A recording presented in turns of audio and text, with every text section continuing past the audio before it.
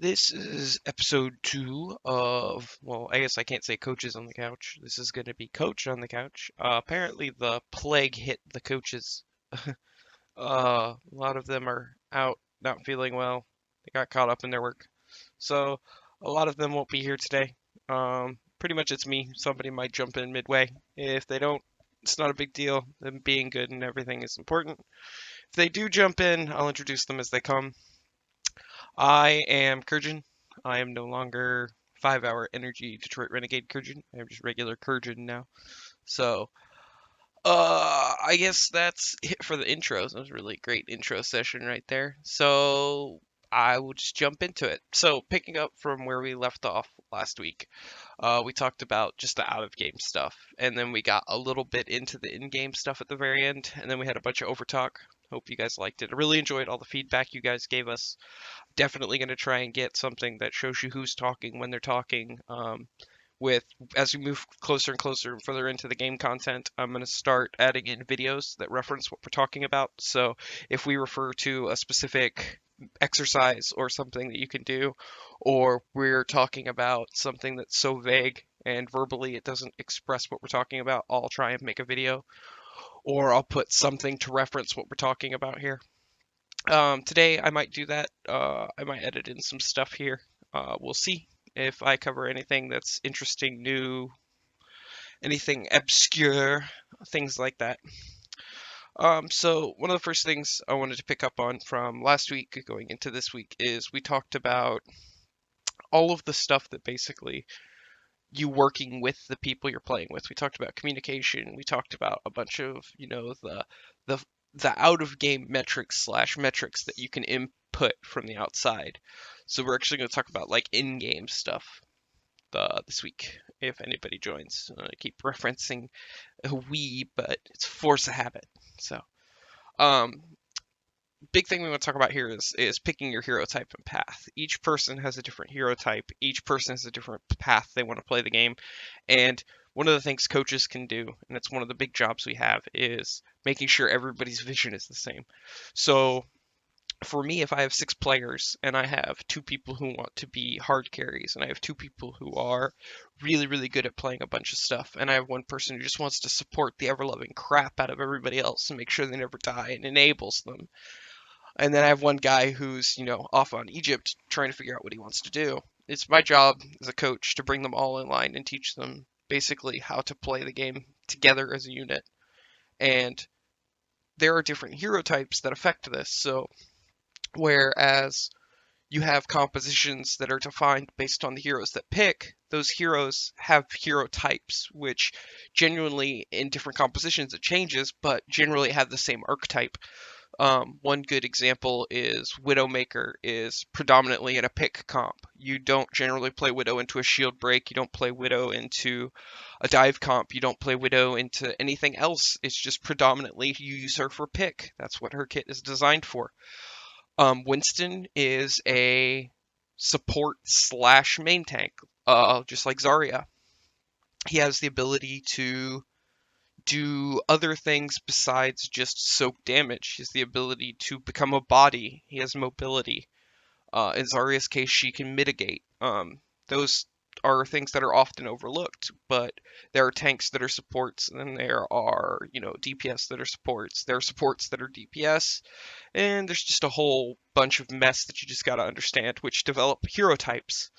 And when we talk about the path that you're going to take in developing your hero types and understanding of the game, is you can have a person who is a great, great, great hit scan player.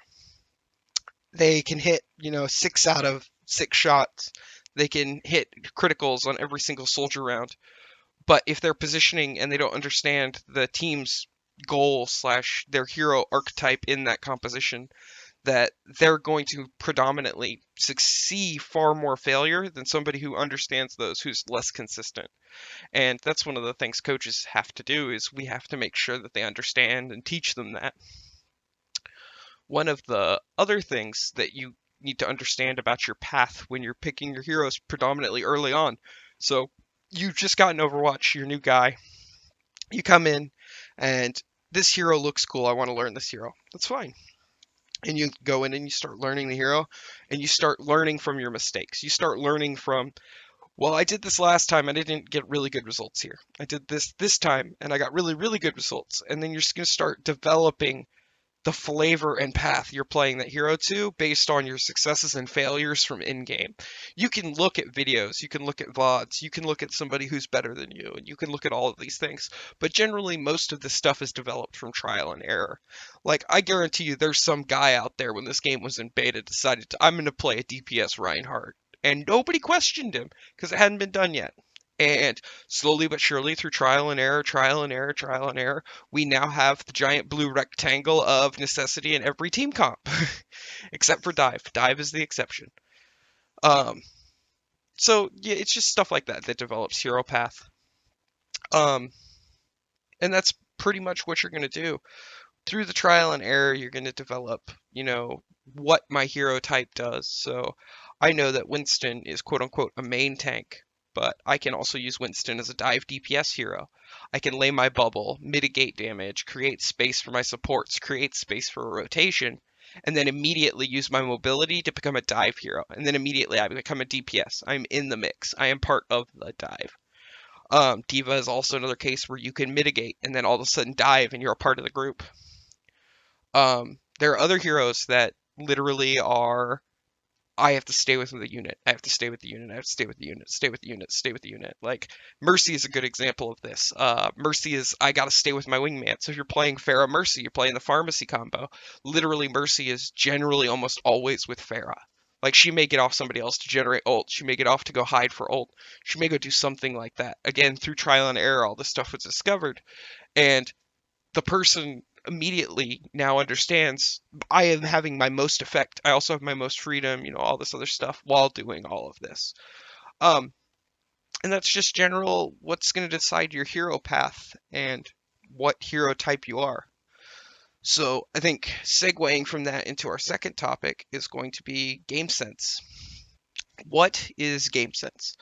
Game sense is how you feel about the game. So you may some of you may have played solo queue, some of you may have played a quick with a few friends, some of you may have played comp with a few friends, and you say to your friend, I didn't do anything that round. I felt like I was doing jack shit. And then you look at the stats and it's like, oh, these are average stat lines, but I felt like I was doing nothing. You make that assumption without looking at the stats, without looking at anything. You make that assumption based on how the game felt to you. You remember positive things. You remember positive emotions. You remember all of these things that had great impact and that were great. You also remember the sour, sour, sour, really negative things, which again develop hero path in your game sense. As a soldier, when somebody dives you, one of the best things you can do if you cannot get away is, oh, well, I won't use soldier. I'll use Zenyatta. Zenyatta's more, soldier has too many windows from there to arguments, but Zenyatta's a great example. He's no mobility. So Zenyatta, you're in a dive comp, dive v dive, old school dive v dive, 2-2-2, two tanks, two DPS, two supports, and you ran Zenyatta. Like if Winston jumped on you, you had two options. It was I play way, way, way far back so that I don't die, and I have a chance of killing the Winston. Or if you have to play forward because you're trying to get value on your Discord and your Harmony, and you can't LOS your team, and you still want to contribute, one of the safest things you could do is run into your team. As counterintuitive as that is, there is a Winston in front of me. He is going to hurt me. I don't like that. That's bad juju. I don't like it.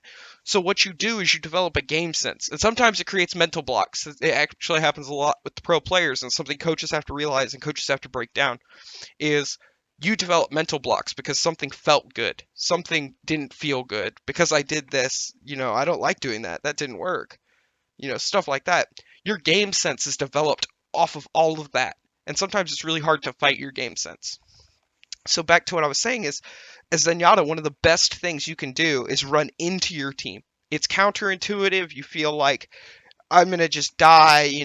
I'm better off just trying to frag out this Winston. If you do the math, and this is where game sense sort of fails, and you have to go to the numbers, realistically, Winston is going to do 6 to, I think it's 36 damage a second with his left click on you. You have 200 health. Realistically, you have 5 to 6 seconds of life with a Winston on you. If you hit the jump, maybe 4. But realistically, you can communicate within that 4 second window. Winston's on me. Discord him and then run into your team. Your team immediately turns and they kill him. But it's counterintuitive to your game sense. That's teamwork. That's breaking down your game sense. That's doing what's best for the team and what's best for the play versus doing what's perseverance and survival. Like your survival instinct is counterintuitive there. So something you can develop with your game sense is instead of thinking about what felt good and what felt bad, you still use those. But again, you want to add an extra layer to it. You want to add the go back and look at it. Why did that feel good?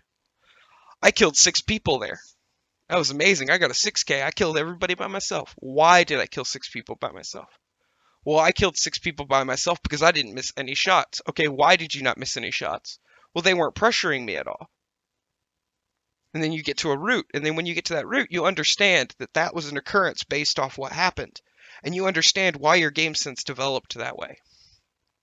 And breaking out of that comfort zone sometimes is really hard. So you just have to understand that developing your game sense is not what feels good, what feels bad. It's all about winning the game. You might have to be, and I've said this to a bunch of my players, I've said this to a bunch of people, and a lot of people don't grasp the concept. In Overwatch, it is not possible on every team for everybody to be popping off. If everybody's popping off, it's not even a game. It's literally AFK mode. There is going to be a time where you are on a hero that you are not enjoying playing. You are on something that is the correct hero to be on. You are playing the correct way the hero needs to be played to achieve the win. Your game sense is an enabler of winning.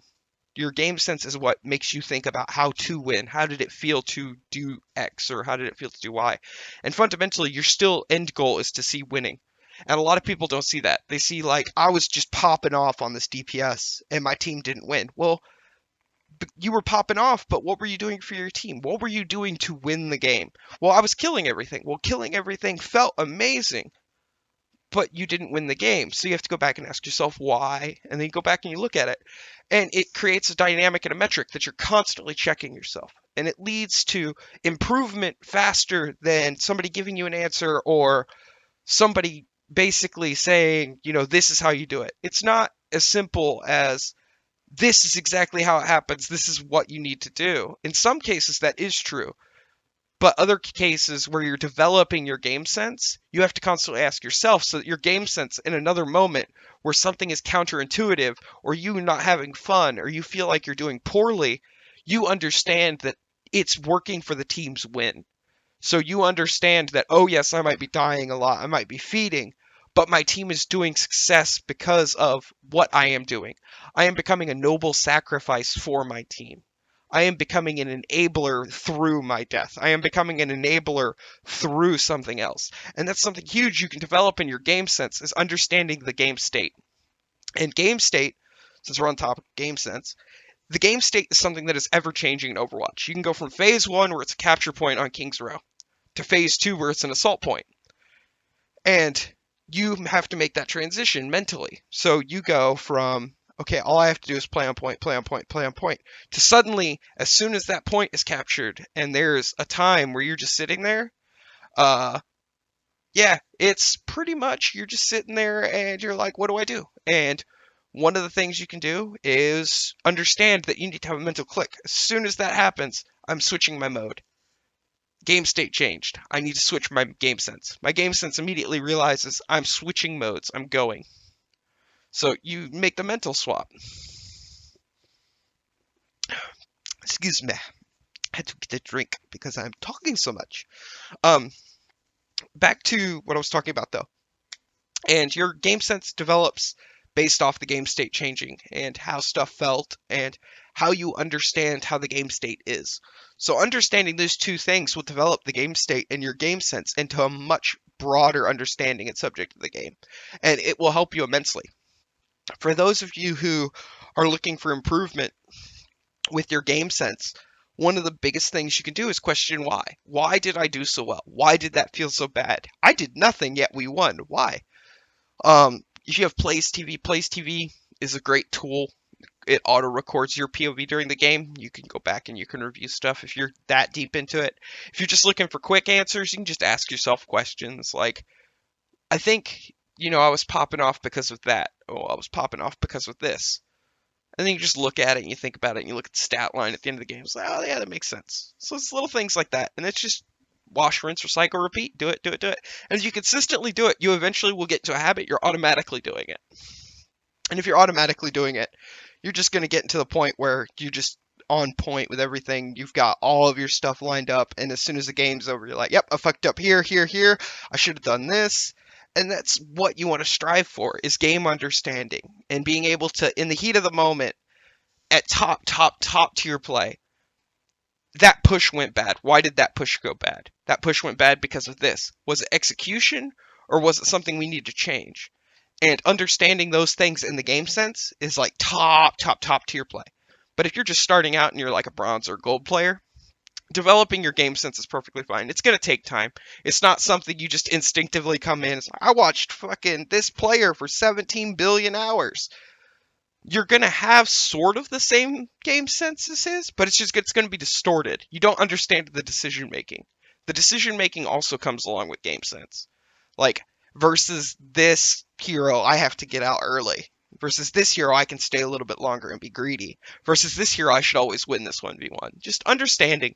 And that's generally what your game sense is, and understanding the game state. And that's generally one of the basic things you can do to improve as soon as you're in the game. So moving on from that topic, aim and muscle memory is actually one of the other basics as soon as you're in the game and you understand what heroes you want to play. What am I trying to do? So one of the big things you can do is continuously work on your aim and muscle memory. Another shout out to an IMT player because I was formerly with them. Grim Reality. Grim Reality did flick shots. And he would practice flick shots and practice flick shots and practice flick shots and practice flick shots. That's his warm-up. That's what he did. And it's like, do you really get anything from shooting bots? You do, because you constantly you remember the feeling. Your muscles doing that motion over and over and over again. It gets smoother, it's less jagged. Your brain suddenly has relaxed feelings about doing it over and over and over and over again. And eventually your muscle memory just gets to the point with certain motions, like a flick shot, that you can do it blindfolded and you can acquire a target that much faster because you've practiced your eyes, you've practiced your brain, you've practiced your arm, you've practiced your fingers. You know the feel of how it feels and you can consistently do it. Also with aim is the same. You don't have to do anything fancy with flicks. You don't have to do anything fancy with tracking. Or not tracking. Sorry. Reset. I was rambling. So you don't have to do anything fancy with flicks, or you don't have to do anything fancy with, 360 dash no scope, Genji reset, Genji blade, god tier. Like, it can be something as simple as tracking. Keeping your mouse in a consistent spot and knowing and doing the tracking and keeping your sense consistent and going back and forth and back and forth. On a hero like Zarya, you will consistently increase your tracking ability the more and more you do it, whether it's on bots, whether it's on bronze players, whether you're trying to, out Zarya a GM. Consistently doing it time and time again and putting the effort into it, your body is going to naturally remember how it did it, because you're going to remember the positive feeling after you've done it. And you're going to do all of these things that are, yes, it's repetitive, but it's going to get to the point where you can do it in your sleep. And again, back to Grim Reality. Dude can hit flicks. Like, if you guys watch Twitch, you guys watch any of the tournaments, Grim Reality, flicks, McCree. Just happens. I'm pretty sure Taimu, though I can't confirm it, does the same thing. Surefour, I'm pretty sure most of the hit scans do the bot or Ana training. One of the big things you can do in Overwatch to work on your aim, muscle memory, or just something stupid like that is literally go into a custom game. And when you're in the custom game, you can put on bots. If you want to work on headshots, you put 6 Ana bots on hard. Pick the map you want to play on, and you go and start popping some heads. You can go in as McCree, you can go in as 76, Widowmaker, Hanzo, anybody who can get a headshot critical. You can go in and you just sit there and you shoot at them. You shoot them, just shoot them, just shoot them. You could set yourself out 15 minutes before you warm up. You could set yourself half an hour before you play. You could set yourself up an hour practice block. You can use this as a warm-up method. You can use this as a practice method. But basically, when you turn headshot only on in that game mode versus Ana can't kill you. So effectively, you have created a scenario where you have infinite moving targets that move erratically in weird spots or shooting abilities at you. You're going to get used to hearing stuff. You're going to get used to being able to identify where somebody shot you from. And you're just going to be able to consistently do that over and over and over and over again. One of the more complicated ones, though you can do it, but it can get a little annoying and loud, is you can also set Zarya bots. So you can do 3 Anas, 3 Zaryas, because Zarya can't headshot either. And you put them in on a map, and suddenly you have Zarya bubbles to play around as well. And you just make it more complex if you think about how you are going to practice. And that's one of the big things that we stress as coaches is productive practice. So if you want to go shoot Anabots for an hour, that's fine. I know you're working on muscle memory. I know you're working on your aim. I know you're working on, I want to work on Roadhog hooks. I literally set up the Anabots, and then I set up scenarios in my head like, okay, I've jumped off this spot before on King's Row first point because I got pressured here. So if I jump here, can I hit this hook? And then you wait for the Anabot or the Zarya bot to get in that position, and you throw your hook. And then you go back, reset. Go back, throw your hook. Go back, reset. Throw the hook. Go back, reset. And you just do it constantly, constantly, constantly for that time frame you set aside for yourself. And your aim and your muscle memory are going to gradually get better and improve.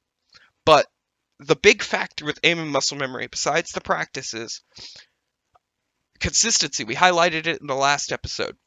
Consistency is key. I would rather have a player who is a quote-unquote B player that has a 75% consistency than an A player who has a 50% consistency, because that means that in that percentage difference, I'm going to generally see more success from the higher consistency of player versus the higher talent of player. So you might see a GM in a game with you, or you might see a gold. Like you're pubbing around in silver, you get kited up into a gold game. You see that guy, he's gold, it's big bad. He might not be consistent. He could be having an off game. It could be, he's 40% consistent, but that 40% when he's with a team, his team makes up the difference. For you, you could be 50% consistent. Your teammates are relevant. Suddenly, that 10% difference in consistency means the difference in winning and losing. Because you need to be able to hit those shots. You need to be able to hit those abilities. You need to understand, all right, I'm going to go for this ult. If I get 6 people, we win the game. And that consistency with aim and muscle memory is what's going to carry you. Because legitimately, being 100% honest, if you had somebody who is 100% consistent on Widow or 100% consistent on Hanzo, and I'm talking never misses headshots, they would be the best heroes in the game. They would be untouchable. That person would be the best pro player ever because he's literally creating a 5v6 instantly. 2 seconds later, it's a 4v6. Your team could be a lemming train. If you are that consistent, you will hard carry. It doesn't matter. As long as you are consistently hitting the shots, hitting the skills, hitting the abilities. And that's what you're generally working for with your aim and muscle memory. Is you want to make it so that you are consistent, you're constantly putting pressure out, you're constantly doing all of these things. And through your game sense and your muscle memory, you're basically creating your player. That's what you are. And that's what's going to happen. And those are great things for you to work on and understand as you're progressing into the game, if you're just starting out. And those are things that'll help you. So a great segue from what we're talking about now into the next thing is there is a huge, huge, huge, huge, huge difference in any shooter, any shooter between carrying and winning. And what I mean by this is you can be 100% God tier. You could have God tier consistency. You could be the guy that everybody wants to be. You could be Crusher 99. You could be that guy. And you can fucking frag. You can kill people. You're just amazing. But you have to understand that there is a huge, huge, huge difference between carrying a game and actually playing to win the game. Uno momento. Drink again. So, like I said, one of the huge difference between carrying and winning is you can frag out, you can pop off, but you need to understand, what am I doing to win the game? And it's not just all about just fragging. It's not all about just playing the objective. There's something in game sense that I used to teach Mangachu, Jesus, and Zachary when I was on Renegades, was you can effectively manipulate the game state, which we are all reacting to with our game sense, if you understand it. So I have 3 people on me. I am playing, X hero that's mobile, and 3 people are chasing me. Well, they're obviously tunneling on me. So I'm going to take them far, far away from the objective, far, far, far away from my team, because effectively they're giving me a 1v3 and the rest of my team a 5v3. So my team, I have faith in them. I know my team is going to be successful. I know my team is going to do things. My team goes in and wins that 5v3. I lose the 1v3, but my team won the 5v3, and they're going to have another 5v3 if the other team comes back in. So you have manipulated the game state to win, even though you knew you were going to fail. And I mean, if you popped off and you clutched the 1v3, more power to you. But realistically, if you're playing with heroes, or not heroes, players who are around your skill level, a 1v3 in Overwatch is really, really tough without your ultimate. So I would say, you're that guy, Crusher 99, you win the 1v3, good job. If you're not, you're like me, you're just a dude, in Masters. Basically this. I can kite the 3, create a 5v3. My team kills them. They start capping the point. They start moving the payload. They kill me. They have to come back in. They come back in. There's another 5v3 for my team. And that's playing to win. That's not playing to carry. You aren't carrying by dying. You aren't, being a highlight reel. But you are effectively manipulating the game state based off of somebody else's decision. And you can tell that they're pressuring you. They want to kill you. They want to get on you. They know that you dying is better and it's satisfying, but it's not playing to win. So let's think about it from the other person's perspective now. The 3 people who are chasing you. He's going off in that way. He's really, really low. We can kill him. It's only going to take us 2 seconds. Oh, I missed. My consistency wasn't there. Oh, well, I'll get him this time. Miss again. I'll get him this time. And pressure and pressure and pressure builds up. And as that pressure builds up, your game sense becomes really foggy, because you know that you should be playing the objective. You know where you should be. But effectively, you have tunneled so hard on that person that you have effectively allowed yourself to be manipulated. You have fell into the quicksand / bait that is tunneling. So you effectively are, versus playing to win, you're playing to be greedy. And by playing to be greedy, you're not playing to win anymore. So effectively, you are hurting yourself more than helping anyone else. And it just gets really, really awkward for you, because you think you did a great play. Well, I killed their Mercy. Their Mercy wasn't the one capping. Well, I killed 3 people. You killed 3 people 10 miles away from the objective. Like, that's the difference, is understanding what's going to win you the game versus what's going to get you recognition or make you feel good or things like that. And that's a huge, huge thing that people need to understand. Like I said, carrying, you could be 100 kills, 0 deaths. But if you're doing it, what's a good map example? Lijiang Tower. Lijiang Tower Garden. You're fighting in the White Room with the Mini. You get 100 kills, but you never leave White Room. You never die. Your team never caps the point. You could still lose the game. You have to understand that fragging out only affects the game state. It doesn't help you win. You have to understand what I need to do to win, when I need to do something, when is this acceptable, what is my teammate trying to do. And if you understand those things, you're going to win more games versus carry more games. Because I know plenty of people in High Diamond who quote unquote carry every game. They're like, I got 4 gold medals. What are you guys doing? You weren't playing to win the game. You were off in Egypt. You were fragging out. I'll give you that. You're great. But we didn't win. And at the end of the day, it's not just, oh, well, my teammates suck. I did well. My teammates just didn't perform. That's the case probably about 5% of the time. It's not that giant thing that's like, this is what ELO hell is. In all honesty, around 5% of the time that does happen. You had no input, no factor on the game. But then there are other times where genuinely, if you had played to win the game, or you played to support someone, or you played to enable someone, we talked about the Hanzo main from the last episode. Is that guy really inconsistent, or are you just not helping him? You play Zarya, suddenly he turns into a god. You play McCree, you're a god, but he's basically a ult pinata. And understanding that is a huge, huge difference. Playing to win versus playing to carry. And that's another thing. In comp queue, you can play, DPS. I'm a DPS main. I am the best DPS player ever. Congratulations. We don't need the best DPS player ever. The meta doesn't need the best DPS player right now. We can win with 4 tanks.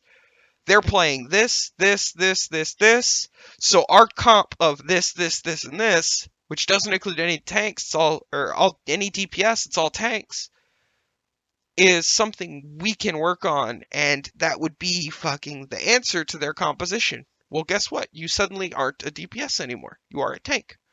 Because that's how you win. You aren't playing to carry at that point. You aren't playing for statistical reward. You aren't playing because you're a main. You aren't playing that hero because, oh, well, I don't want to play Mercy. I don't think anybody wants to play Mercy. But there are points of times where Mercy is amazing. Like, literally, from being a Mercy main to going to analyst to coach I can tell you that as a support player, I want to frag as much as you do. As a tank player, play Reinhardt too, I want to frag just as much as you do. But I hold my left mouse button. I hold my right mouse button on Ryan. Hold my shield up. I stand there. I heal you because I want to win the game. Not because I think you're god tier and you're going to carry me. It's because that's how my hero's designed and I want to win. So if a Mercy gets off of you to heal somebody else, it's not because the Mercy just, ooh, cooties, I'm going to run away. No, the Mercy thinks that she needs to do something else to impact the win. Oh, I rest. I need to go hide. They should tell you that, but if they don't communicate it, you should be able to understand the game state by hitting tab. Hitting tab is a huge, huge, huge thing to understand the game state and your game sense, by the way. Every single person I recommend, when you're out of a team fight, as soon as you get out of a team fight, you hit tab. As soon as people are respawning, hit tab. You're dead, you're respawning, hit tab. Tab, tab, tab, tab, tab, tab, tab, tab. You get my point. And it gives you information. Hit tab. See Mercy's got res? Oh, Mercy's hiding for res. It shouldn't be that far of a stretch. Oh, well, I would have killed their entire team if I had 4 people supporting me and a Reinhardt in front of me. That's like, I want you to put all of your eggs in my basket. And if you choke, it's on you. Some people buy into that.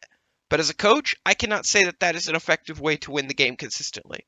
And again, we're back to where we talked about it in episode 1, and we're going to keep highlighting it forever because that's fundamentally being a pro. It's being the most consistent person you can be at high tier. And being consistent is important, but if you're inconsistent that one time, so, that all-in strategy, we win 51 games out of 100. Is that really worth it?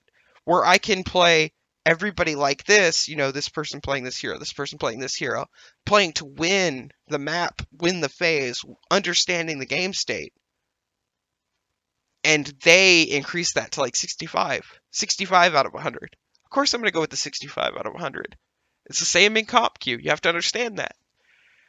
And generally, rule of thumb in comp queue is if somebody is playing poorly, sometimes it is not because they are bad at the game.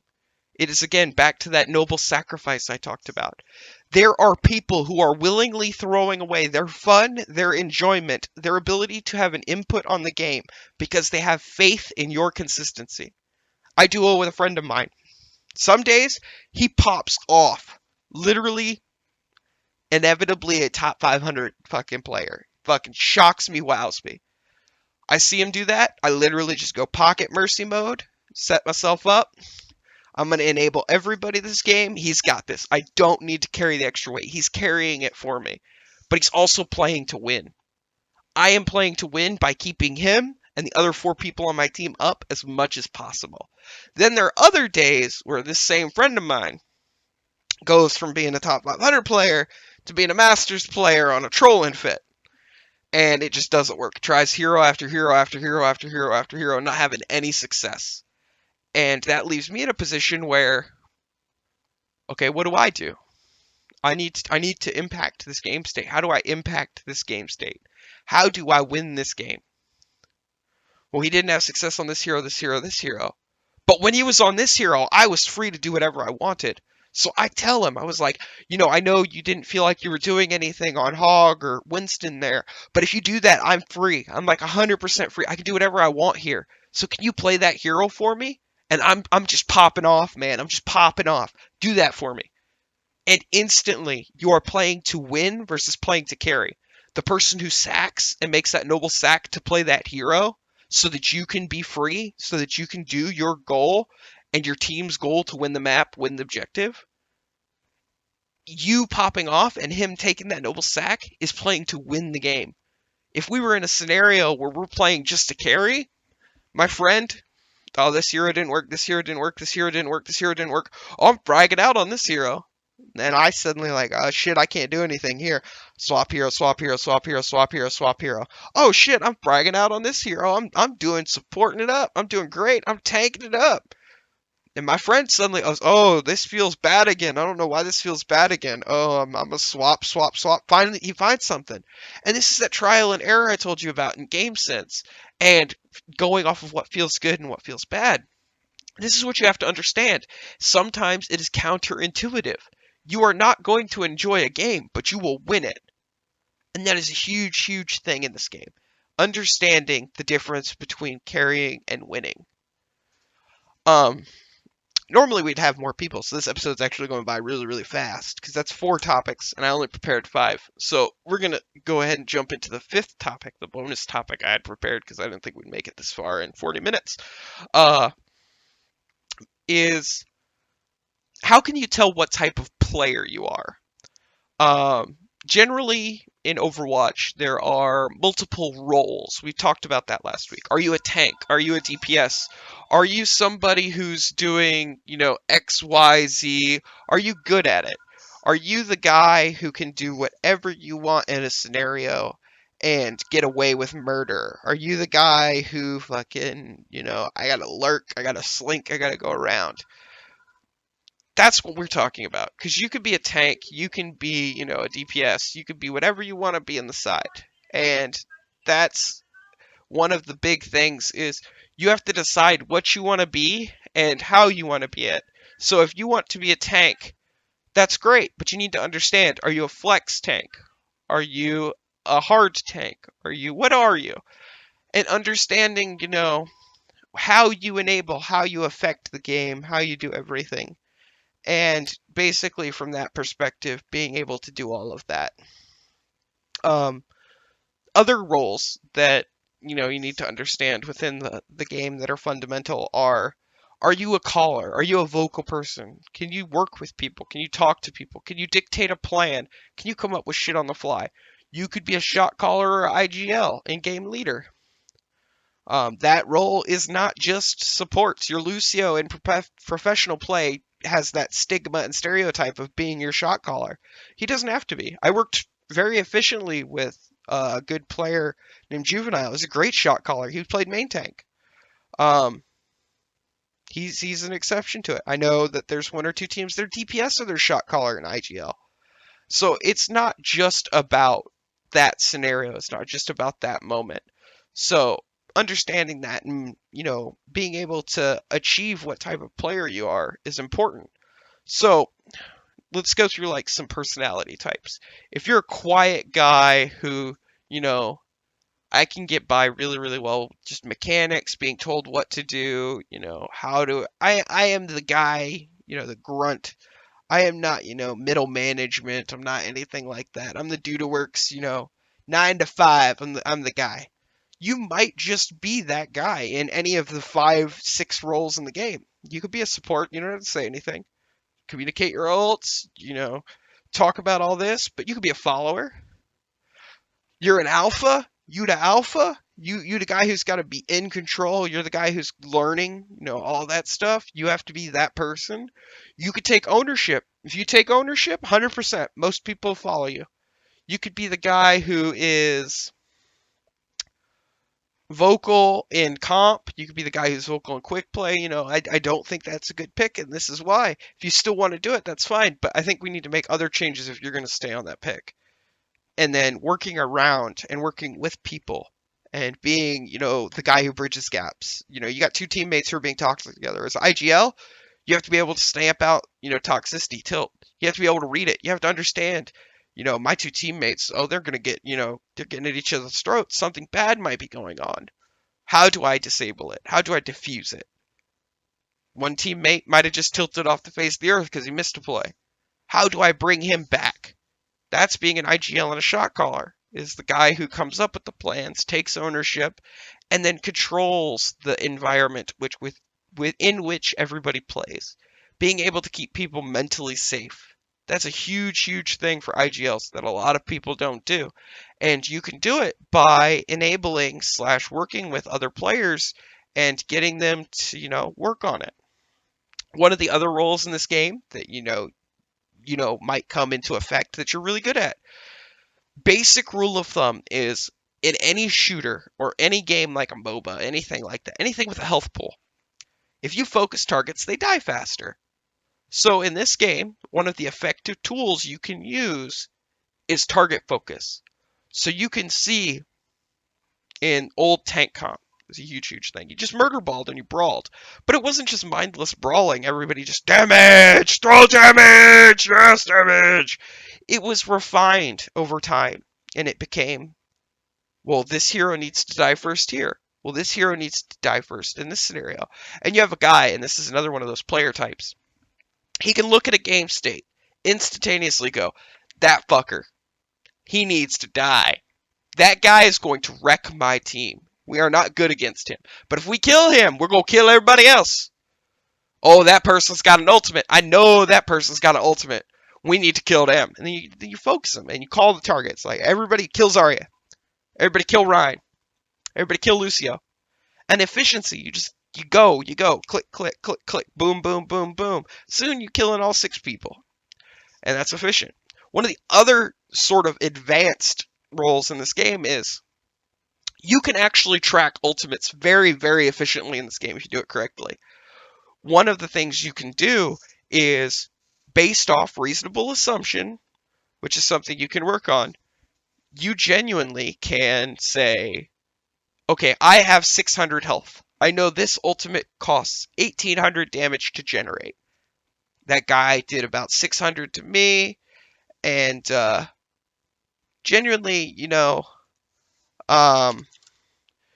you can track the ultimate based off your own health pool and being honest with each other. It's a huge, huge thing. So you can basically make an assumption and track ultimates, and that's one of the things that you can do. And it's genuinely an effective role in the game. There's one or two others, you can be team mom, you can be the guy that's a cheerleader. All of these things are actual player types that people don't know. Supports generally are, your cheerleaders, your IGLs, your shot callers. They have the most freedom. Your target callers are generally your DPS, and this is stigmas that they work with. But by all means, break the mold. You can get away with it. That's stuff you can just generally work on. I'm going to see if somebody actually wants to join, so I'm suddenly not alone. 43 minutes in.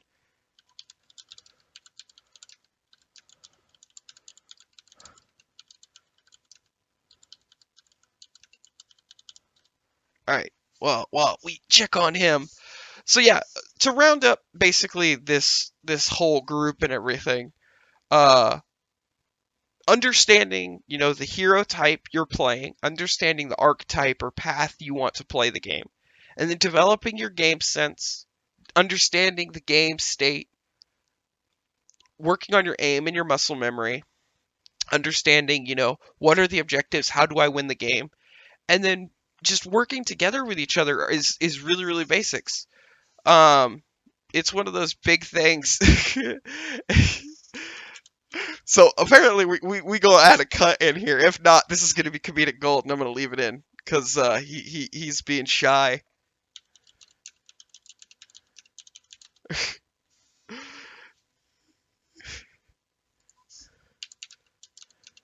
Hello? Hello. Hello, how do I sound?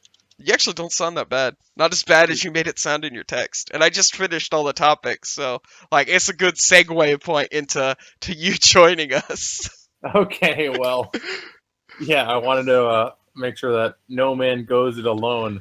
I apologize. I didn't know that literally everyone plays It's all for good. fans. It's all good. Like I said, there's gonna be times where like you guys can't be here, and I understand that. Like I was a coach. I worked with Renegades. I worked with Immortals. I worked with Sody Pop. Worked with Kingdom. I worked with all these teams. I know sometimes you got extracurricular shit. You still are a Yep. human being too. So apparently, as I covered at the beginning of the video, by the way, there is the coaches plague of 2017 going around.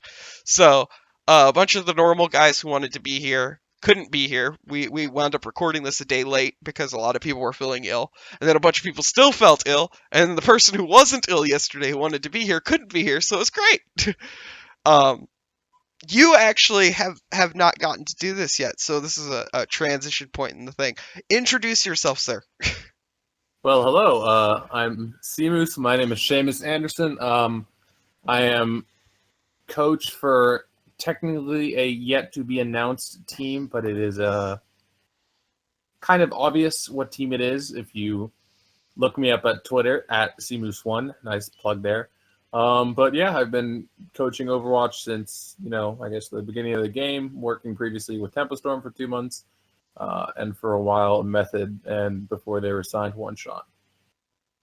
Yeah, so you had to bail because you had something happen last week. So I 100% did your Twitter sellout for you. I think I said Thank you. everything for you was CMoose1, I believe. Nice. Yeah, exactly. Got you. Got you. I think I know almost everybody's. If not, I think we have it in the Discord. So definitely it'll be something that I will add into the videos for everybody moving forward. Is something y'all asked for. Is I will Mm-hmm. make a plug sheet of everybody's, Twitch, their, Twitter, who was here that week, and I'm also working on a few other things you guys have DM'd. Your feedback is immensely helpful.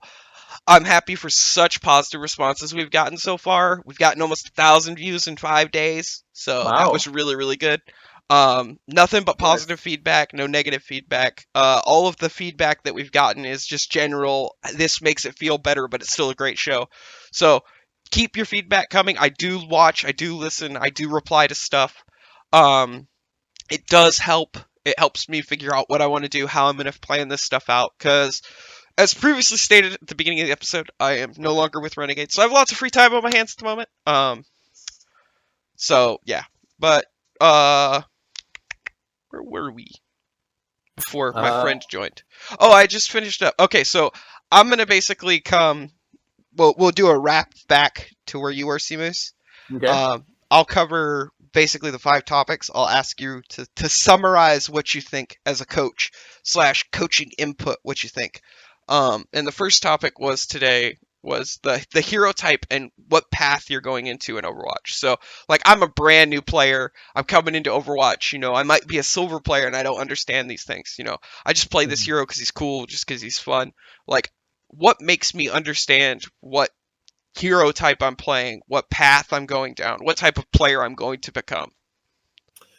Um, it might be a bit of a cop out answer, but I think the first thing to do to really discover your path would probably be to play all the heroes at least 1 or 2 games. It's definitely easier now as opposed to like 5 years from now when there's still not too many heroes on the roster. Um, Hey, we'll have the typing hero by then, man. yeah, well, yeah, we'll have a lot of different heroes, hopefully, Blizzard willing.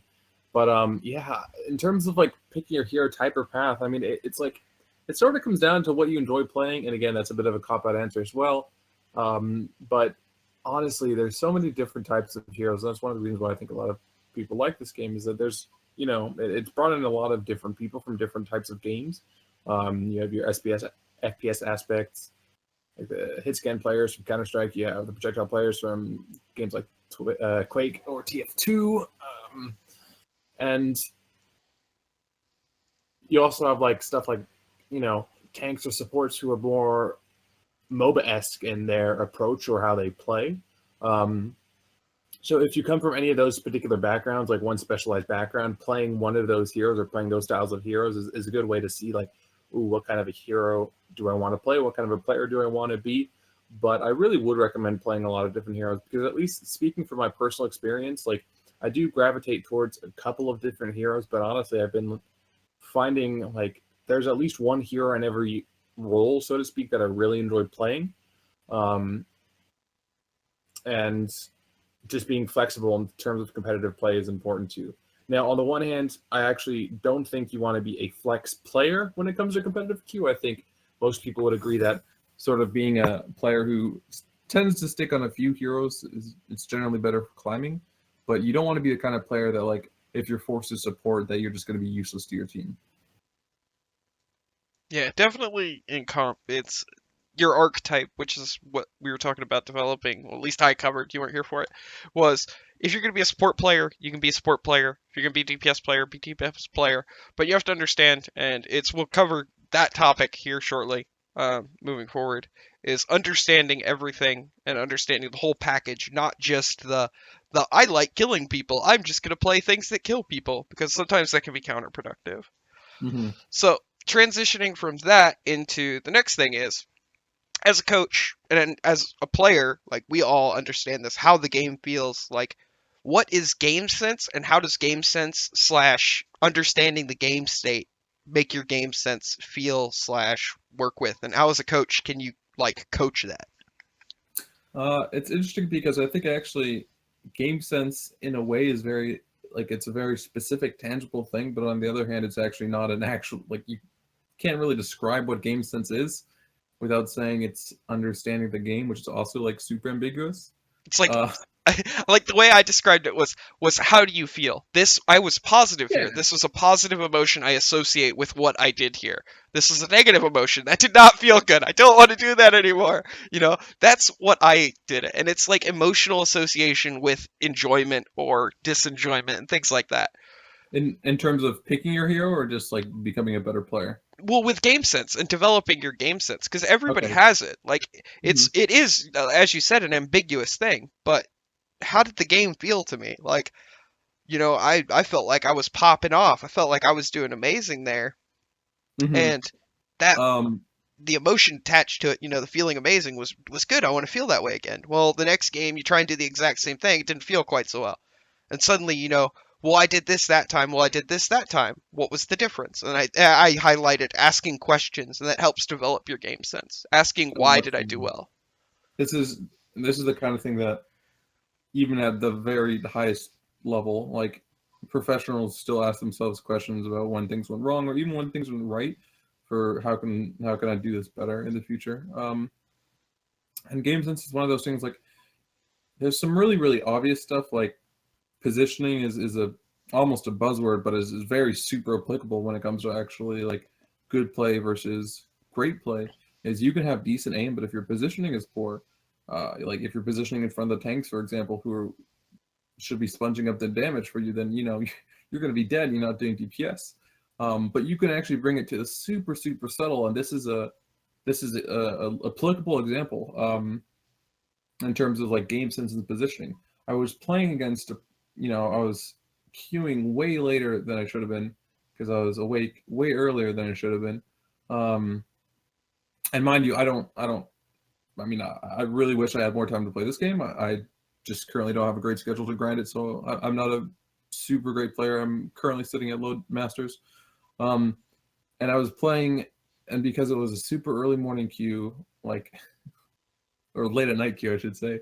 I was playing with grandmasters and top 500 players, and I'm master tier, but those kinds of players are completely out of my level. And like nearly instantly when the game began, I was playing as Roadhog, and I just went for this hook, and it was a really really subtle jump that the opposing soldier player did, but he moved in a way that was like so unexpected to me, like so proficient that he like completely outplayed my hook. I kind of just was passively thinking that he was going to run into it. Um, and that was like a minor positioning thing he did, but like he basically got himself out of the sticky situation by outplaying my hook 1v1, and that was like just a subtle movement back. He actually jumped. It wasn't on the high ground. It was basically it was an elephant on Nepal's shrine, and this is a very hyper specific example, so I apologize.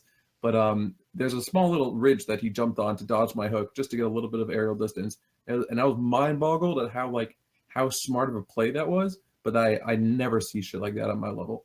Um, and that's like game sense is one of the things that is really good to watch other people play because they make decisions that you don't make, and you got to ask yourself why are they making those decisions, and in most cases if they're a higher ranked player than you, like why should I be making those decisions? Like it works out, but it also works for self review as well. I think in terms of climbing in general and just for everyone watching your own VODs, reviewing your own tape is really important towards your development. Yeah, plugged plays TV there when I covered it, so Nice. we definitely got the self-review covered. Our first sponsor. Maybe we'll find out. Mm. I've contacted some peeps, so we'll work on it. We'll see if we can get Nice. better production and stuff for you guys. But transitioning from that, that was one of the second topic. So we're still sort of in the basics. Game sense can be very, very deep. It's a rabbit hole that even pros get lost in that's not Mm. fully understood, but it's definitely something you need to understand exists. Your decision making, stuff like that. Other thing that we covered, or I covered earlier, is the aim and muscle memory. And one of the things I highlighted was doing something 1,000 times, you're going to be, feel more comfortable doing it versus doing it for the first time. And I highlighted, and I don't know if all coaches do this. I think it's a pretty safe assumption everybody knows about at this point. Um, Grim Reality was who I referenced. Would go in and he would do flick shots versus bots, just flick, flick, flick, Mhm. flick, flick for tons and tons of time. And then another thing that other people do is they do the on a bot headshot thing Yeah. and just grind it and grind it and grind it. So, as a coach and as a player, also, what do you think about aim and muscle memory when you're like at bronze and when you're at masters? Oh boy. I mean the muscle memory of probably and the aim of every bronze player is pretty bad. It's possible that your aim is decent at the bronze level, but if you're not consistent and the muscle memory isn't there, then you're not like, you know, actually good like at that level. Um, and at master tier, I mean, there are some players at master tier whose aim or muscle memory specifically for landing up shots and hitting headshots as often as you can isn't very high at the master level. But because this game has certain heroes that aren't FPS heroes, essentially, they can excel in other ways. Um, that being said, though, for those players at the master level who don't have great aim, like when you get to the highest of tiers, nearly every hero is going to have some aim requirement, and you're probably not going to get away with like being a one trick. I mean, I know one trick Mercy is kind of a meme, but eventually you're going to have a Mercy one trick in your game as well, and only one of you is going to be able to play Mercy. Um, so like I would say that top 500 players obviously, but on average would have the highest aim across the board. Um, and yeah, there's like you said, there's so many ways to practice aim. I mean, you can practice the bots themselves in the training range. I think it's a really good like introductory way to practice, especially because they're not random. Their movement is fixed, but they do move in kind of volatile ways. And if you do flick shots and turnaround shots, that's decent practice. And then like the next step would be going in and doing stuff like you said. You can do the on a headshot only bots and run around a custom map and practice that. You can also do honestly, there's like some pretty cool apps that I know some pros use that are basically aim bots, or excuse me, aim like ways to practice aiming, not actual aimbots. One of the Uh, ones from I think CS was like tracking bot. And yeah, literally, yeah. it's a I, little like it is the most rudimentary program ever. I'm going to describe it for you. It is literally a gray box with a black dot on it.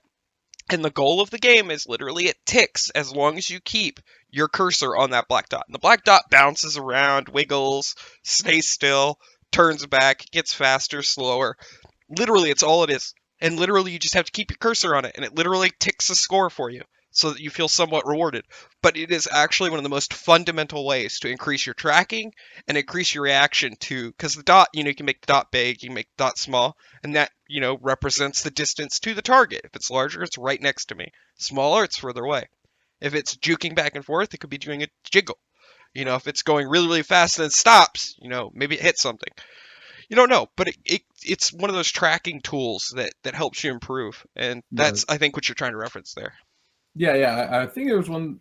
I don't think it was Saya player, but a Korean player was using one of those training tools, and it came up on the competitive Overwatch subreddit a few You days actually ago. want to know a funny one that's actually really, really like hilarious but sort of relevant? I heard a Sure. lot of people say Osu was a great way to train tracking. I was about to say that.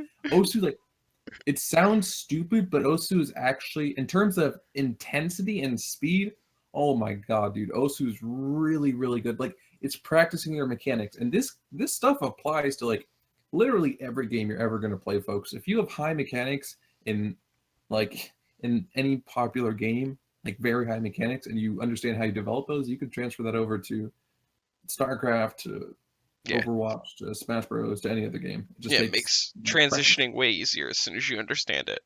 Right. Like what it actually means to have muscle memory, to practice so many hours that you can consistently replicate um, feats that are rare for the average person. The hyphy plays from COD, I remember in Halo. But yeah, um, so that was basically third topic. Fourth topic was, and this should be some maybe a simple one, maybe you'll go as deep as I did. All right, what is the difference between carrying and winning and objectives in the game? um, so you could win without having contributed to the objective and without having carried. Uh, you generally that I would call carrying being the primary factor to the victory, and not the only factor because this is a team game and no person is ever truly going to 1v6. Um, and you can be an incredible objective player and in a way carry through objectives without actually carrying in the more traditional sense, like the layman's sense of the term carry. Because like a support player can be playing his own objective in terms of like staying alive and providing heals, as well as playing the actual objective, whether it be payload, control point or whatever, um, without contributing much damage. So he isn't necessarily carrying in terms of the kill feed, but he's still supplying a huge amount of heals, which means the DPS from the opposing team is mitigated, which means his team is successful. Um, and when it comes to winning, like it's kind of funny because winning, obviously, this is competition; everyone wants to win and stuff. Um, but winning is a byproduct of like improvement almost, um, and learning to how to carry by yourself, how to play the objective properly. Winning is like a byproduct of what the whole process of like being a competitive player is. And a competitive player isn't trying to feel like a truly competitive player who simply like wants to be the best. They're not trying to necessarily justify their own play or the justify what happened because their teammates made mistakes or whatever. They're just trying to get better so they can win more games. And that's a little bit hypocritical considering that there are going to be some games when you just straight up can't carry in competitive queue. Like that's going to happen at every level and you're just not going to win those. And this is a little bit off topic as well. But like if you're ever in those situations, like definitely ask yourself what could you have done better. But it's okay to lose sometimes. Like it's okay to lose a lot of time as long as you push to improve the only thing you can, which is yourself. Yeah, one of the big things I highlighted on this topic was, and I don't know if you will know what I'm talking about, maybe an obscure reference, but there's something that I call like being a noble sack. Like you might be feeling like you're not doing anything, you're not contributing, you're not doing DPS, you're just dying, but you're enabling by somebody else Mm, through it. yeah, So like yeah, Winston was the example I think I gave, where yep, Winston, you're creating space, you're mitigating, but you're dying every single time. And you're Yeah, like, oh, I need to swap here. I'm not doing anything. This doesn't feel good, anything. But you staying on that hero literally enables, you doing what you're doing. And yeah, like then, that's his objective. That's his win condition. If yeah, he's and then creating space, like it's for the DPS to get kills, um, and obviously the DPS is getting kills, like then the noble sacrifice is going well. Yeah, and then the other thing I talked about was if you get into the, well, I'm not doing anything, I don't feel like I'm doing anything. You swap. Suddenly somebody else doesn't feel like they're doing anything because you changed how the game state felt. You changed how they were perceiving the game because of your hero pick swap. And suddenly they have to swap. So you suddenly do it. And you get into that never-ending thing of this doesn't feel right, this doesn't feel right, I'm trying to feel good, and it just doesn't work. And, eventually you just get into a downward spiral of we never were on the same page. We didn't understand, I was enabling somebody else by doing something. Yeah, you I think my internet connection was a little bit shifty there since you sound a little bit like a robot. But in terms of like the downward spiral of hero swapping, it's it can be difficult to assess what exactly is going wrong, and swapping heroes is kind of like an easy solution to like fixing the problem. Um, but even if you're playing a comp that isn't great, or like you're individually on a hero that isn't the most optimal for that circumstance, you can still play around that. You can still outplay the opponent. Like there isn't any 100-0 like scenario where you're not going to be able to try and contribute something. And on the topic of objectives, it's important to try and identify your objective, your win condition on your own within your composition. And if it's truly too difficult on the hero that you are to kind of satisfy your win condition, like your team's objective, like your team's win condition in the 66 fight, um, then yeah, like definitely do swap because you've assessed that I'm not helping my team. But don't just die and say, well, this was the problem. The hero I chose was awful, so I'm going to pick another hero and die again and go like, well, my team's not feeling for me. It's because this hero is too hard to feel for, so you go to another hero, and then just all kinds of excuses for why the picks aren't working out. Like even if it's a really really awful pick, you can still try to work stuff out. And if you're trying to like critically assess what exactly the heck is going on, chances are you'll be picking the right heroes anyway. Yeah, pretty much. I mean, that's like we went about explaining it differently, but I feel like most coaches are going to have the same view on that subject. Like, I was hoping we would have more people here so we could have more insight. That was actually one of the ones I was hoping to get a lot more insight from other coaches and, Hmm. differences because, like, that's pretty much, in my opinion, one of the things that defines you as a coach is what's the difference and what values do you put in carrying winning objective. And, ultimately everybody wants to win, but how you achieve that goal. I see. Yeah, it's funny too because, in a competitive setting, as opposed to like the ladder setting, in a 66 professional setting, um, you might run into the kind of player that wants to win, but he wants to carry more. So he says, "I'm only going to play X hero here, even if it's unoptimal, because I want to play X hero. I want to have the glory."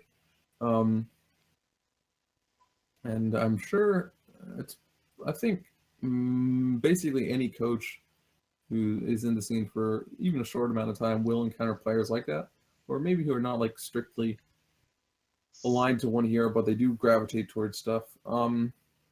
And you know, the reason why the feelings that they have behind wanting to play those heroes can actually be justified. They don't feel like they're contributing much on the other heroes. They feel more proficient on this hero, even if it's bad. The meta, this is their best hero, etc.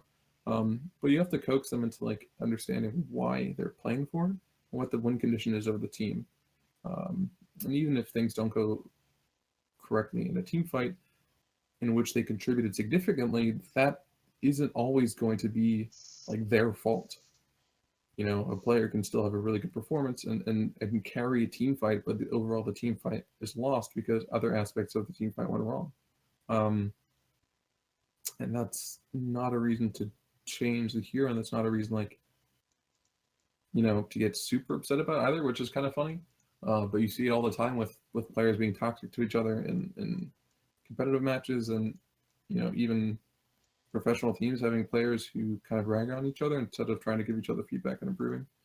Um, but yeah, the a successful team needs to have players who are selfless and want the team to win more than wanting their like ego to be satisfied and to carry the game on their own.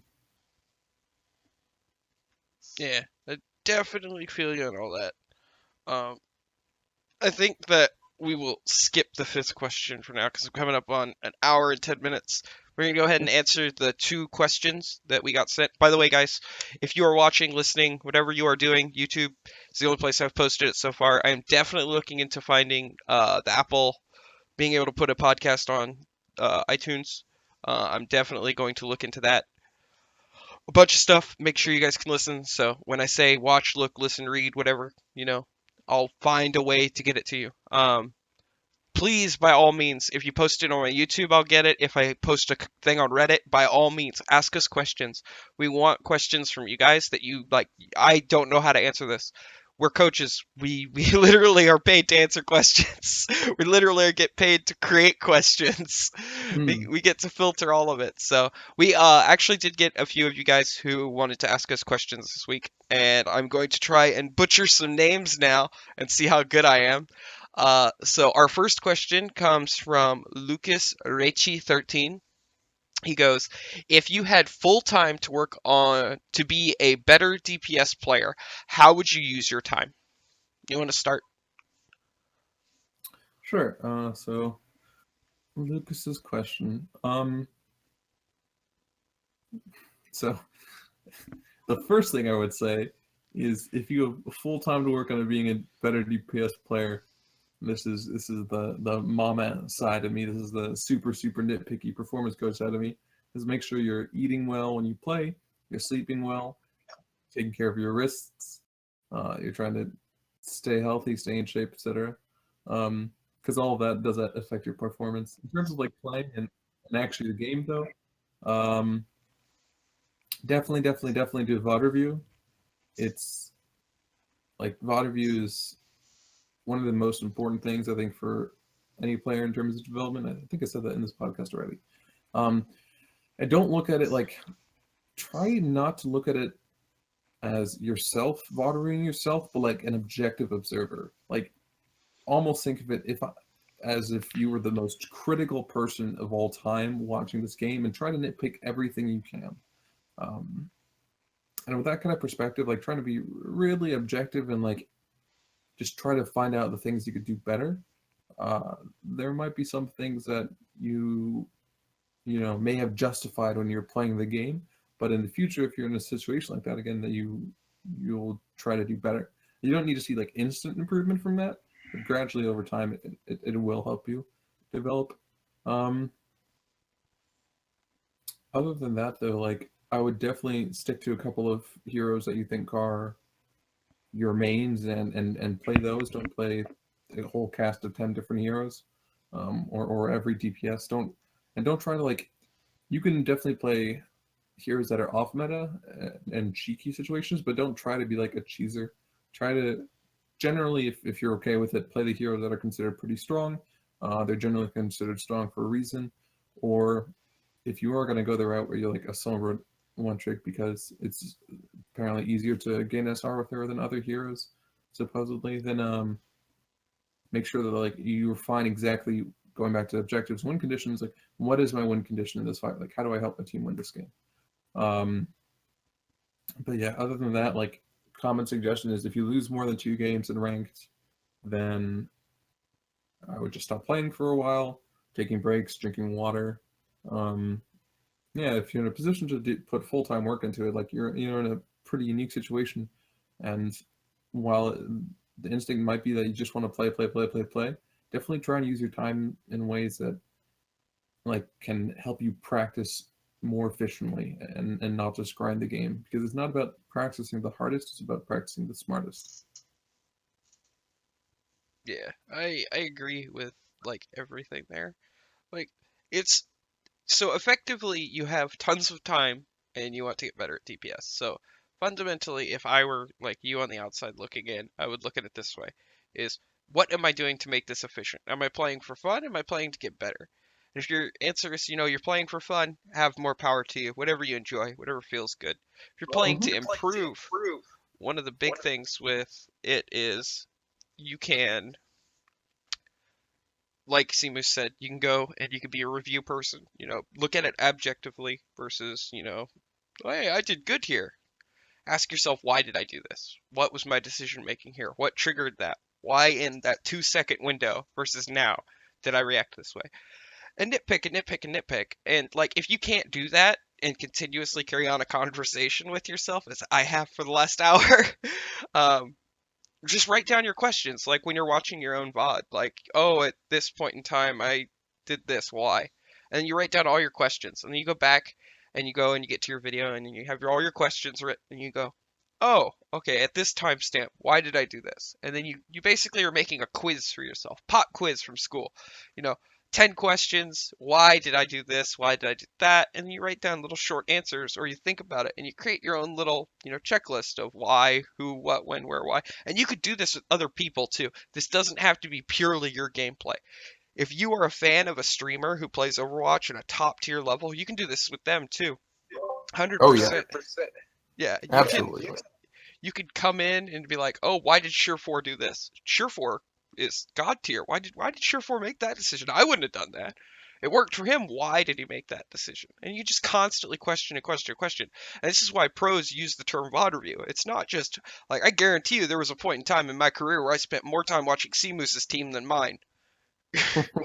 So, like, 100%, you just have to understand the information and making it productive. Making your practice time productive is the most important thing.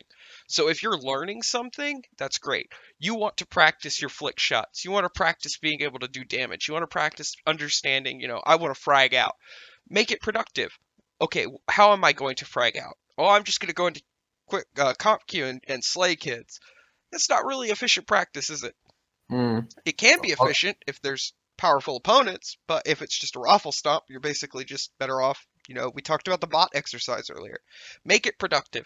Make it so that whatever it is you're working on, you're positioning. Like, push the envelope a little bit more. Mhm. Understand, this is my safe spot. Maybe I could go here a little bit. Oh, no, that didn't work all the way. Try it again. Oh, no. Oh, that worked that time. Why did it work that time? And then working from there, and you're just building, building, building, building, building, building, and making it productive practice. That's the number one thing you can do, no matter what it is. You're playing DPS, you have a lot of time to work on your DPS, that's what you can do. But this also applies to tanks, supports, coaches, and analysts. Every single one of us can do this as long as we make it productive. Hey, and I would say it applies to everything in terms of like improvement.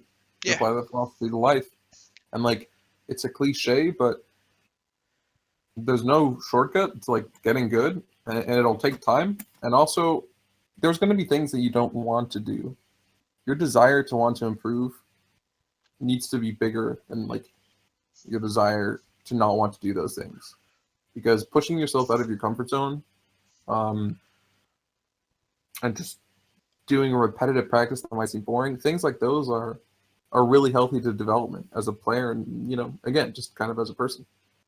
If you're saying, yeah, you know what, I want to get better at aiming, but on the other hand, I don't want to spend 20 minutes in a custom lobby with bots, and I'm just going to play instead, then you're not practicing as effectively as you could be. And to be completely honest, like, your desire to play the way you want to play is overriding your desire to improve as much as you want.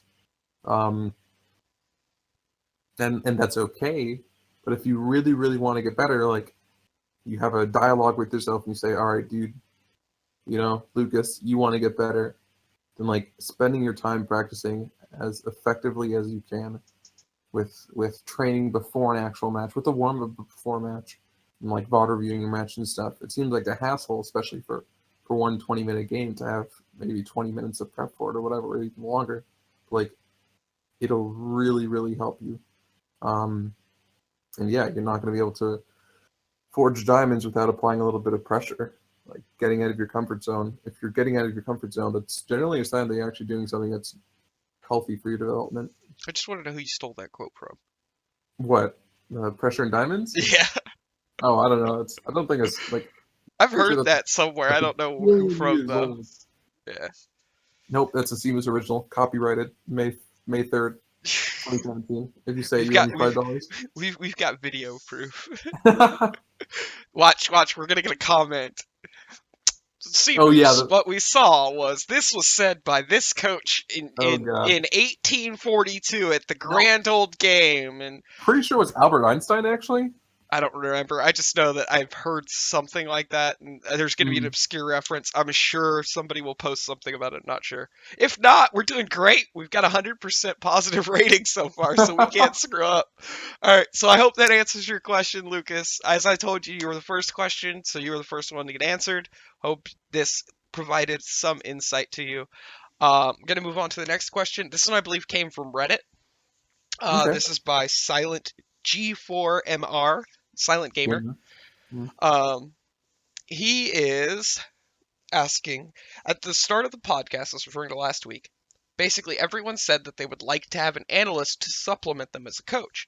He Mm. says, as an aspiring analyst, I'm curious, what kind of qualifications, experience would you be looking for in someone to bring them on as an analyst?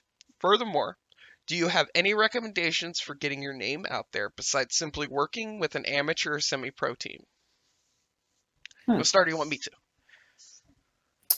You can start if you like. I started on the last one. All right. So, one of the big things, and I can speak from experience because I started off as an analyst. Most every coach, unless you coached in another game, starts off as an analyst because an analyst is the easier thing to do, whereas coaching is somewhat harder to do. It depends on which type of person you are, but for me personally, analyst is easier, which is oxymoron because I'm a coach. Just weird.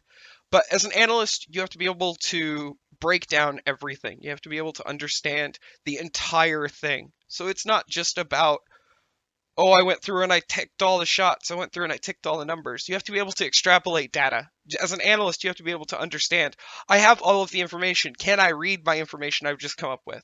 As an analyst, you could come up with a completely and utterly ridiculous way to understand something. But if you can understand it and then translate it so that your players, a coach, somebody from the outside looking in can understand it, that's what being an effective analyst is. Well, in this video of this game, this person missed one shot, and I am referencing an actual play. This actually happened. I did the analytics for it. I had to go back. It was a third phase snowball. It was literally, they capped on us. It was like 310, maybe 312 left. And I had to go back through each phase, each portion of the map, each fight, every perspective I could, where I went, rewatching team fight after team fight after team fight, going back, going back, going back, understanding this played out because of this. Well, why was this there in the first place? This person had ult eco. Why did this person have eco in front of me? All the way back to the first phase where there was a pivotal moment. It's a hinge point, and they happen in VODs all the time if you're doing analytics via review. There's a hinge point. You have to find that hinge point. What started this snowball? And I found it, and it was literally my hit scan player missed one shot. One 60 round or 60 damage McCree shot affected the entire game state, and it's the butterfly effect in Overwatch. It's literally that one bullet changed the entire game state. Granted, you could have rebounded from it, and there's stuff you could have done better, but effectively the snowball originates from that one bullet, that one cooldown, that one ultimate. And being able to extrapolate that and explain it and why that happened into also understanding the economy, people's positioning, what made this person this effective? Why was there a stat spike? Why was this person less consistent than average? What was this matchup? Things like that in analytics is huge, huge, huge. And putting that on paper and being able to, again, like I said, creating a language that you understand and being able to articulate and explain it to other people will get you noticed as an analyst if you're really, really good. One of the best ways to get your name out there is actually, in all honesty, just getting a VOD, whether it's a scrim VOD, whether it's just a public match, whether it's, you had 12 friends get together and you just wanted to cast it, then you take that VOD and you do a breakdown of it. Load the VOD up, start recording, breakdown, breakdown, breakdown, and then review, breakdown, breakdown, breakdown. Flame is a very, very, very good analyst in this style. I'm the analyst who, give me a VOD, give me a quiet room, and I'll fucking tell you exactly how the game went. Give me 10 VODs of the same team, and I'll be able to tell you how they're going to play in the future. and eventually I just can tell the future with some stuff with my analytics. But one of the best ways to get your name out there is to do what Flame did. If you can't do what Flame did, you work with an amateur or semi-pro team. So I would argue between T2 to T5, work with a team in that range. T5 teams are obviously going to be way more work, but there's a lot more stuff to analyze and there's a lot more sloppy play. So it's generally easier to analyze their play versus T1 games where you have two T1 teams who have refined their play to a point where you're looking for a needle in a haystack. Sometimes I wish I could go back and analyze T5 VODs again, but I can't. So that's the two best ways. Arguably a third way you could do it without, genuinely doing it is having friends. Networking in any esport is huge. Knowing who's the what's, the ins, the wows. Like and actually this is again, it's a good topic to talk about. I am formerly a coach now. I am no longer affiliated with Renegades. I could technically go be an analyst for any team. Because I was formerly a coach and I know all of these guys, and then I have my work to show for what I did, I take my work and I show it to someone. And that's my network.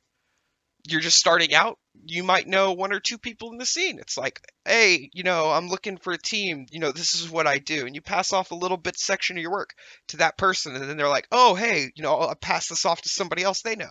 And it's networking, networking, networking. And just getting to know people. That's another huge, huge way. But fundamentally, those are the three ways I know of that as an analyst you can get in / develop, and then eventually at a point when you're a good enough analyst, you just get made a pro coach. That's just what happens in Overwatch, apparently. Oh, you're an analyst? You're the head coach now.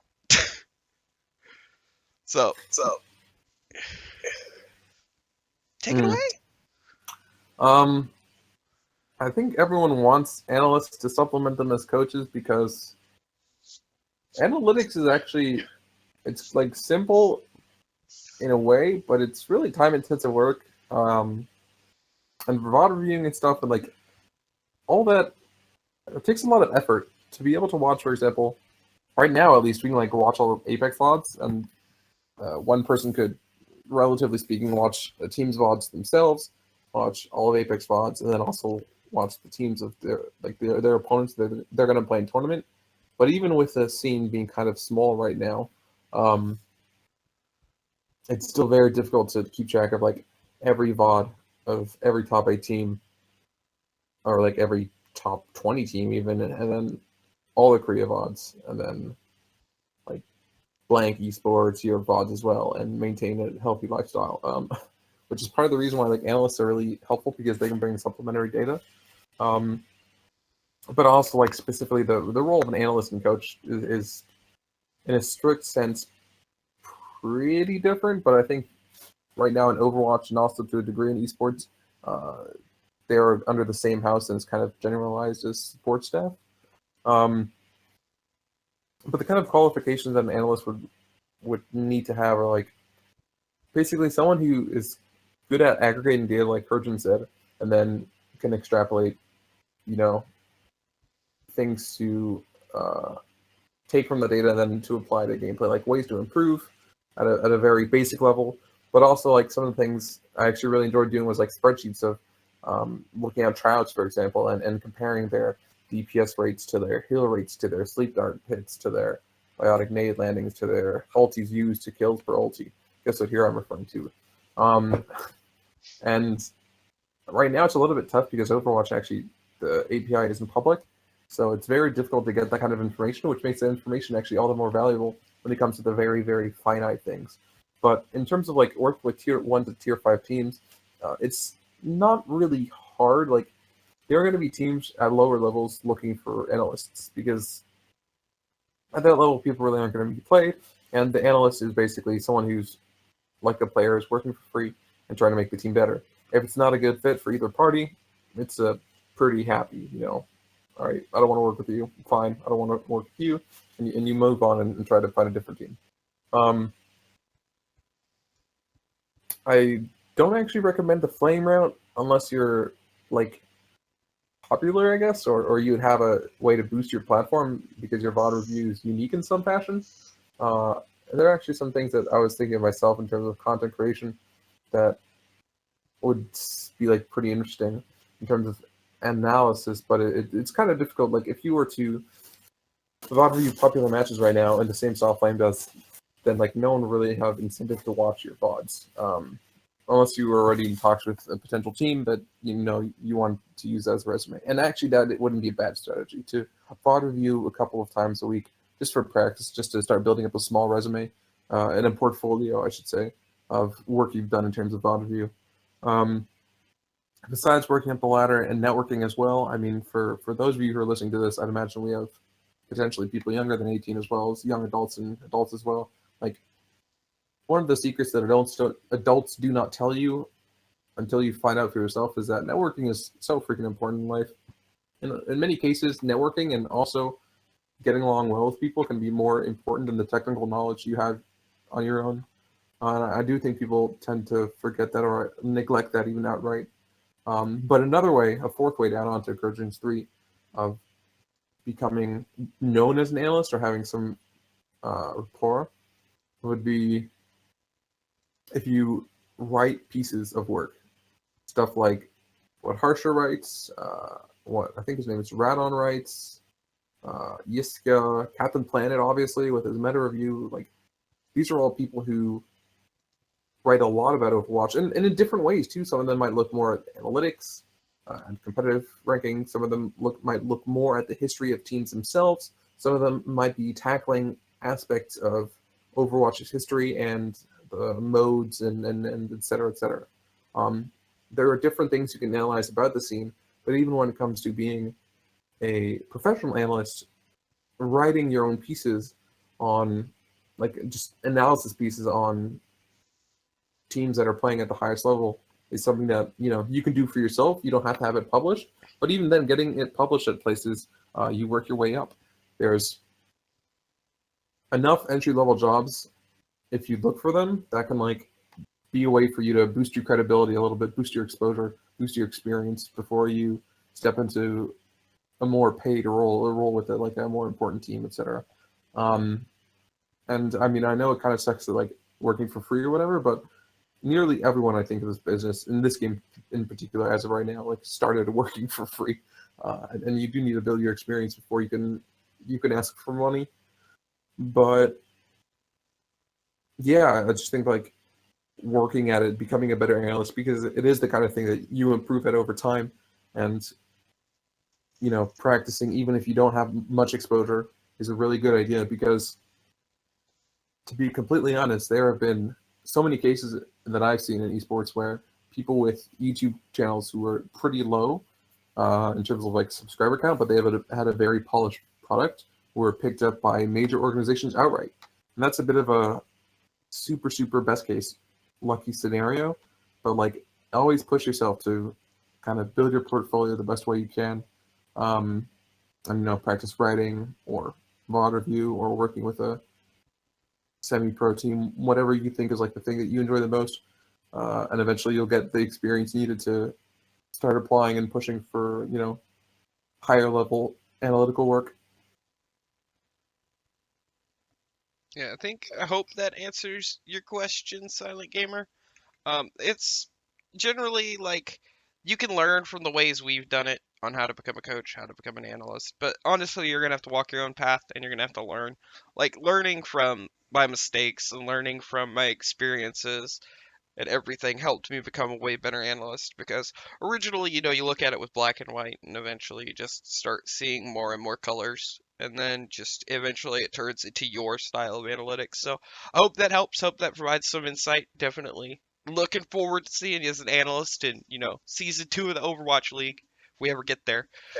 Um, I think pretty much that's everything for this week, unless Simus wants to do any overtalk. If not, we're gonna do sellouts.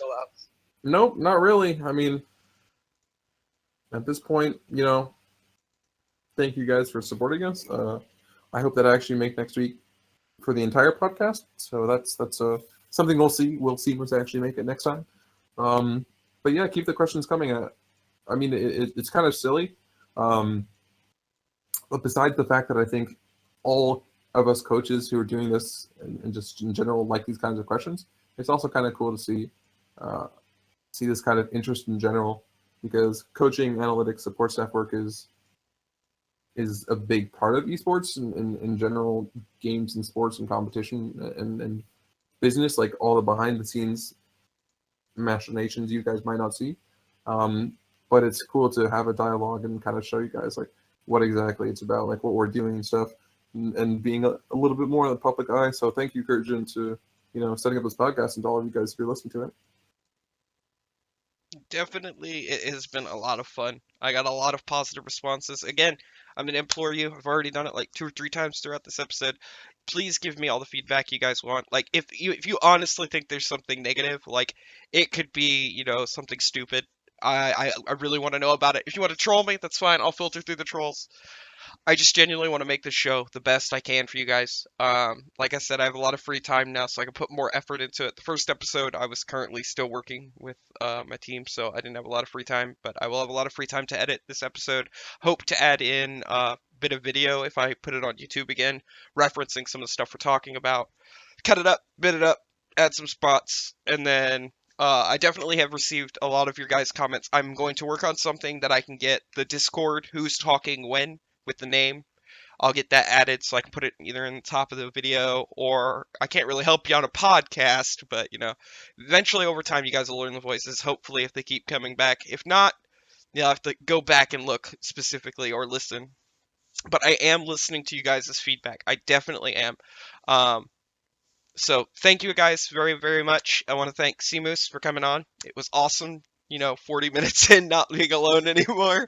Um, but yeah, I love you guys. It has been awesome. I will have another episode next week. Hopefully, the coaches' plague of 2017 is over. We have 1 or 2 more coaches who are also interested in this now. I'm going to start recording at different times so that I can potentially get Korean coaches / Asian coaches involved. EU guys, I know they want to be involved, but it's really, really awkward with the time zone stuff. So you're going to see me start recording at different times, but that's not really going to affect you guys with the finished product. And then I'm going to see if I can also get the EU coaches' opinions, and I can get the Korean / Asian coaches' opinions, and see if one day, sometime further down the road, I can work out a time where I can get all 3 regions on at once, so we could have good old debate, like maybe World Ooh, Cup stuff. That would be really fun. But thank you guys again so much, and I hope you all have a good one.